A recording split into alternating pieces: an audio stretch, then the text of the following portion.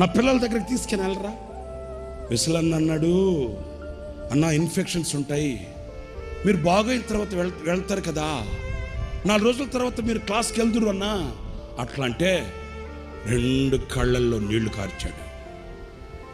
2 కళ్ళల్లో నీళ్లు కార్చి, రే నా పిల్లల్ని నేను చూసుకోకూడదా,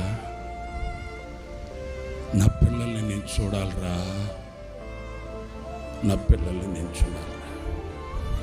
ఆయన కళ్ళల్లో నీళ్లు చూడగానే ఏం చేయాలో అర్థం కాక ఆయన మంచాన్ని అట్లాగే బయటకు పట్టుకొచ్చేసి బైబిల్ సెమినార్కి తీసుకెళ్ళి ఆ బైబిల్ సెమినార్ పిల్లలకి కనబడేటట్లు మంచాన్ని ఇట్లా ఏటవాలుగా పెడితే మైక్ కూడా పట్టుకోలేని పరిస్థితుల్లో మేము ఒకరు మైక్ చేతి దగ్గర పట్టుకుంటే మరణం అనే మంచం మీద పడుకొని కూడా తన బిడ్డల్ని కళ్ళారా చూసుకొని 30 గంట వాక్యం చెప్పాడు.